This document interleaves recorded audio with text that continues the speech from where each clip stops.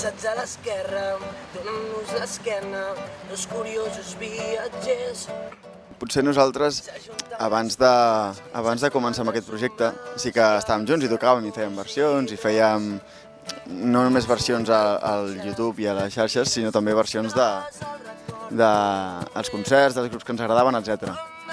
Havíem gravat alguna maqueta, fet algun treballet, però no havia estat mai algo tan seriós i tan posant-hi amb tots els sentits i si s'ha de prioritzar una cosa o una altra, doncs prioritzem-la, etc. Llavors el que volem simbolitzar és fins aquí hi ha hagut una etapa i ara que tornem a començar ens ho mirem des d'un altre punt de vista i no amb més il·lusió, perquè la il·lusió sempre l'hem tingut, però sí que ens hi dedicarem com si fos el nostre fill.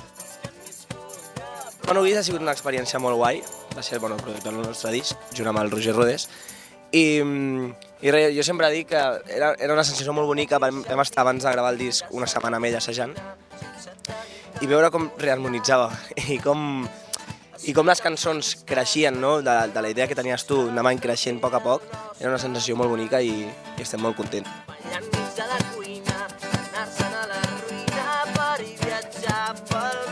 Continua sent Albert, jo crec, no?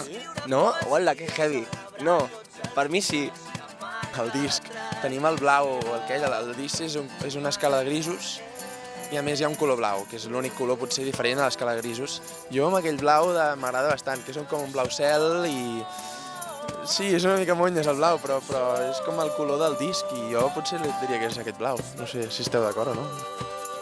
Jo mira que et dic que el veig més com els pantalons. Més com els pantalons, més així, més agressiu, més que ens ho creieu una miqueta més ja, Mira què et dic, Ja. Jo no el mateix que el Jordi, els pantalons, perquè és com més... El color que té és com més de tardor. Verd i marró i el blau per allà.